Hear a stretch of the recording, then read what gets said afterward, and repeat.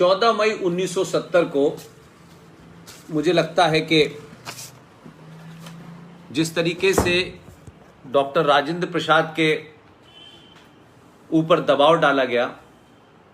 और कहा गया कि आप एक आदेश जारी कर दें, और उस आदेश को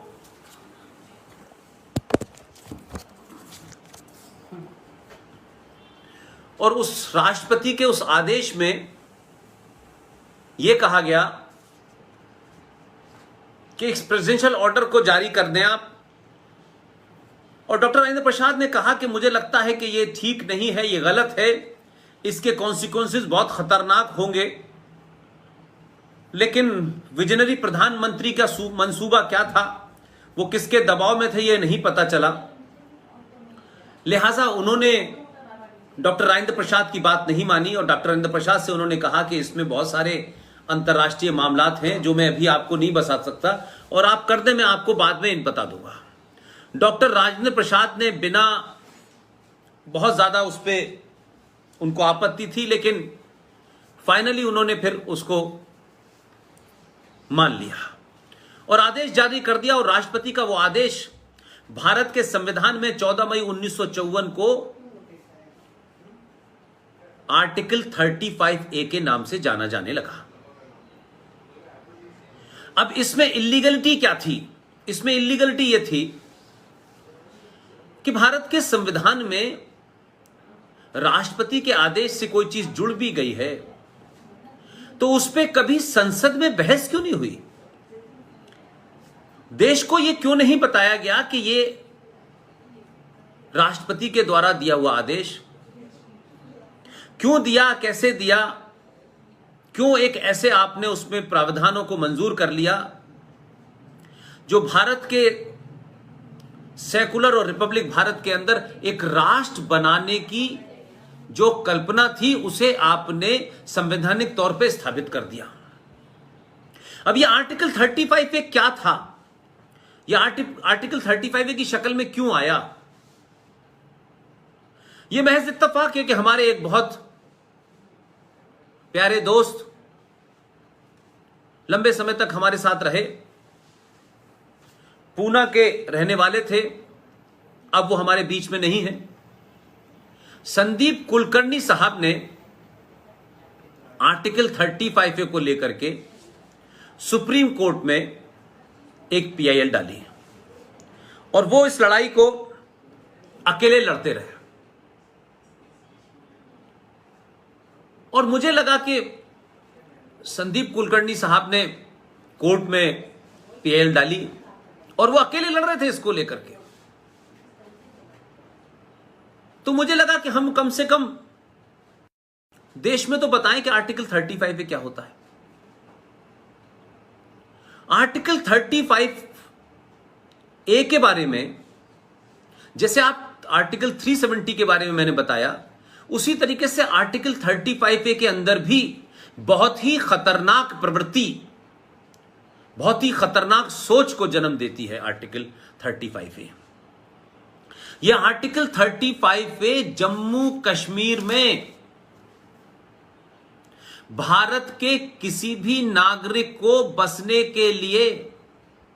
वहां की सरकार को यह ताकत देती है कि भारत का हिंदू, मुसलमान, सिख, ईसाई कोई भी जो जम्मू कश्मीर से बाहर रहता है, भारत में रहता है, उसे जम्मू कश्मीर में बसने के लिए वहां की सरकार जब तक नागरिकता नहीं देगी वो वहां नहीं बस सकता, वो वहां नौकरी नहीं कर सकता, वो वहां जमीन नहीं खरीद सकता, वो वहां कोई कारोबार नहीं कर सकता।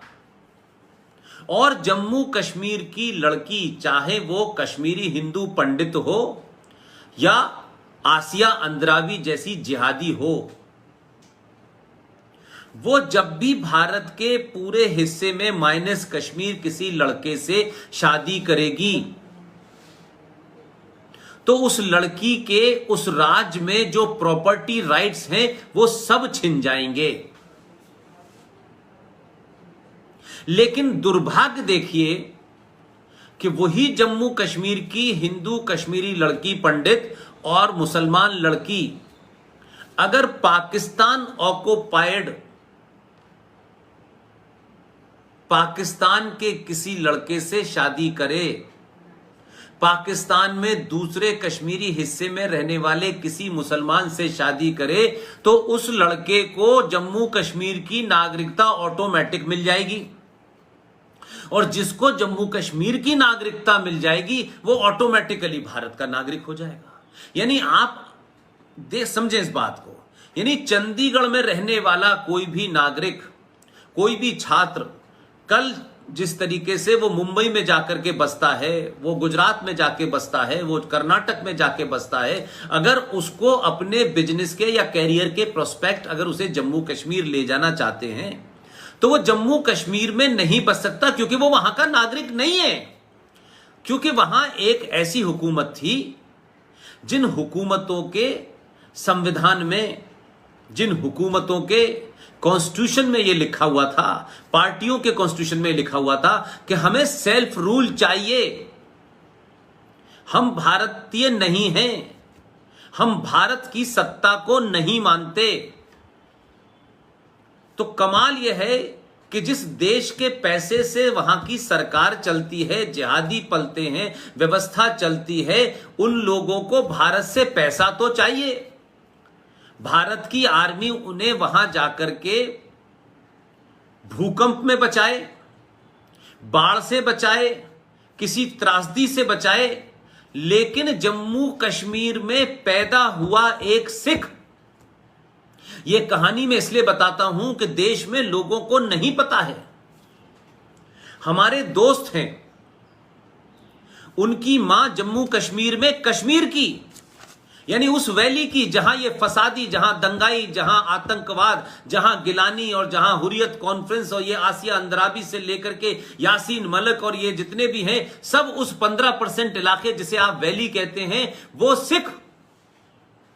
उनके पिताजी कर्नल, उनका घर, जमीन, उनकी नींव जम्मू कश्मीर में, कश्मीर वैली की बात कर रहा हूं, जहां मुसलमान मेजॉरिटी में है।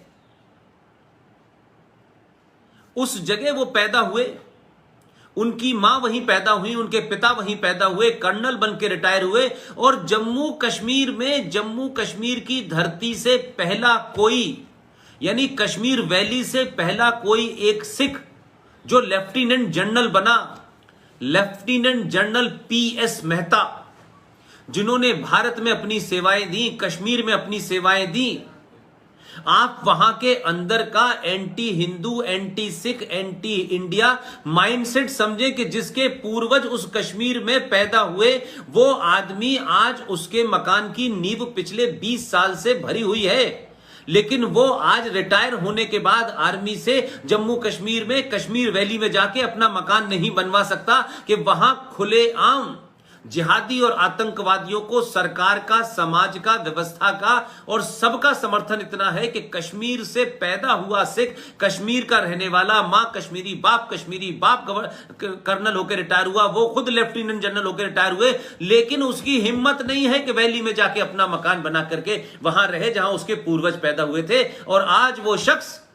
आर्मी से रिटायर होने के बाद चंडीगढ़ में रहने के लिए मजबूर है। तो मुझे और आपको वहां जाने के लिए वहां की नागरिकता कौन देगा? एंटी इंडिया एजेंट, पाकिस्तान के स्लीपर, ISI के इशारे पर देश में और कश्मीर में दंगा करने वाली दंगाई सरकारें और दंगाई व्यवस्था। लेकिन जिस पाकिस्तानी को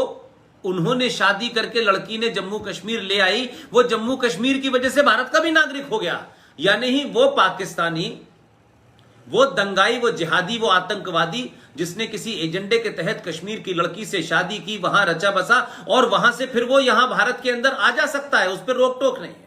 जबकि भारत में नागरिकता का कानून सिर्फ केंद्र सरकार के हाथ में है, राज्य सरकारों के हाथ में नहीं है कि कल कोई कहे केरला की सरकार के हम किसी को नागरिकता देंगे, बंगाल की सरकार बांग्लादेशियों को नागरिकता देगी, और फिर तमिलनाडु की सरकार कहेगी हम श्रीलंका। तो नागरिकता कानून और नागरिकता देने का अधिकार केंद्र सरकार के हाथ में है, और यह सेंटर का डिसीजन है। लेकिन एकमात्र राज्य था जहां नागरिकता देने का अधिकार आपने अपने राज्य की एक सरकार को दे रखा था। तो नागरिकता देना और उसके बाद यही नागरिकता नहीं मिलने की वजह से वहां जो भी भारत के आदमी है वो वहां न जाके चुनाव लड़ सकता है, न लोकसभा का लड़ सकता है। या नहीं, मनमोहन सिंह पैदा हुए थे सियालकोट पाकिस्तान में, दिल्ली में बसे, नौकरी की, चंद्रशेखर के रहमो करम से यूजीसी के चेयरमैन बने, फाइनेंस मिनिस्ट्री में सेक्रेटरी बने, और सोनिया गांधी जो एक माफिया डॉन है उसके रहमो करम से इस देश के प्रधानमंत्री बने। और प्रधानमंत्री बनने के लिए उनमें लोकसभा का चुनाव लड़ने की हिम्मत नहीं थी, लेकिन वो चुनाव नहीं लड़े और वो कहां गए, आसाम से जाके राज्यसभा के सदस्य बने। तो वो आसाम में जाकर के तो सदस्य बन गए राज्यसभा के, लेकिन अगर जो माइनॉरिटी है भारत में 1% सिख, वो कभी वहां कश्मीर से राज्यसभा के लिए नॉमिनेट नहीं हो पाए। तो सवाल यह है कि आर्टिकल 35A ने 370 के आगे की भी ऐसी प्रक्रियाएं बना दी कि जो 370 में नहीं दिया गया था वो आर्टिकल 35A में दे दिया गया। और सुप्रीम कोर्ट ने कभी इस पे सवाल खड़ा नहीं किया गया। जो सुप्रीम कोर्ट देश की बड़ी वाइब्रेंट है, जिस सुप्रीम कोर्ट को जलीकट्टू की बड़ी चिंता है, पंजाब में बैलों की लड़ाई हो रही है, जो जानवरों की चिंता करते हुए उस बैलों की लड़ाई के ऊपर भी सुनना चाहती है, वो दही हांडी जो है की लंबाई के बारे में चिंता है, जो गणेश पूजन में वहां होता है महाराष्ट्र के अंदर। तो सवाल यह है कि आर्टिकल 35A में जो सबसे बड़ा, जो हमारे साथी, हमारे दोस्त संदीप कुलकर्णी ने जो चैलेंज किया, उन्होंने कहा कि भारत के संविधान में एक धारा है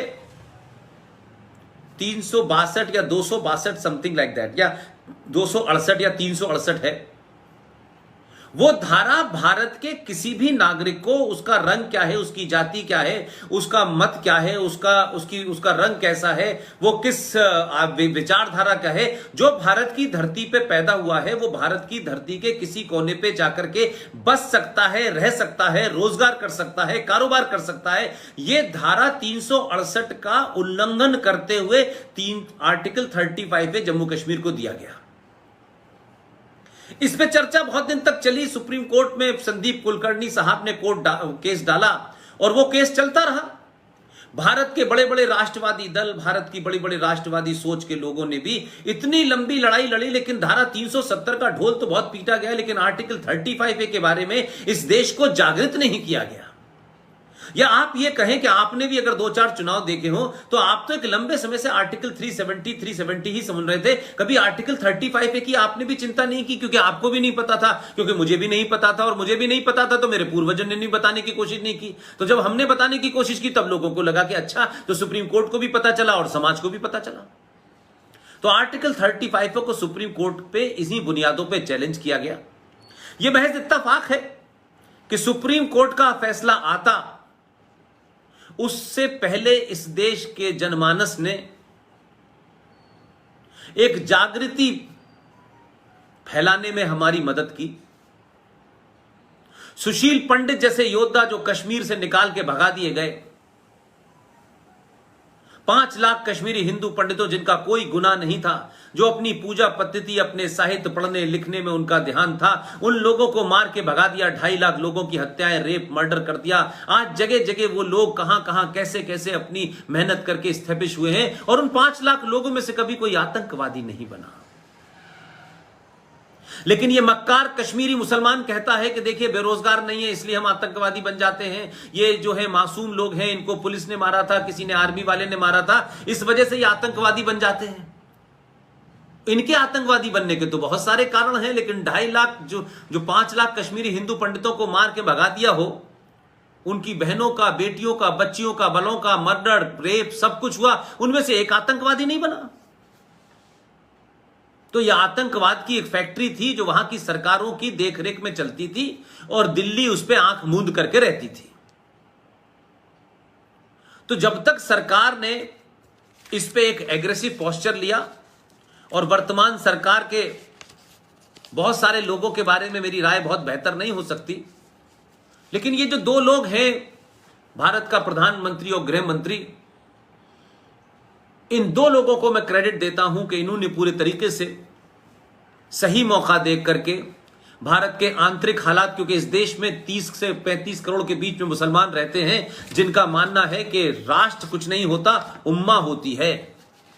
जिनके लिए भारत का संविधान महत्वपूर्ण नहीं है, उनके लिए उनकी किताब महत्वपूर्ण है। ये तमाम सारे लोग जो गंगा जमुना तहजीब की बात करते थे, जो भाईचारे की बात करते थे, इन्होंने कभी ये मुद्दा नहीं उठाया कि कैसा इस देश के अंदर एक सरकार है, एक राज्य है जहां मुसलमान है, वहां का संविधान भी अलग है, वहां की विधानसभा भी अलग है, वहां हिंदुओं को मारा जाता है, वहां हिंदुओं के माइनॉरिटी के लेवल पे भी अधिकार नहीं है। तो कभी हम उनके अधिकारों की बात करें, अपने अधिकारों की बात तो यहां से लेकर यूएनओ तक पहुंचाते हैं। इन सब लोगों का एक साइलेंट सपोर्ट था।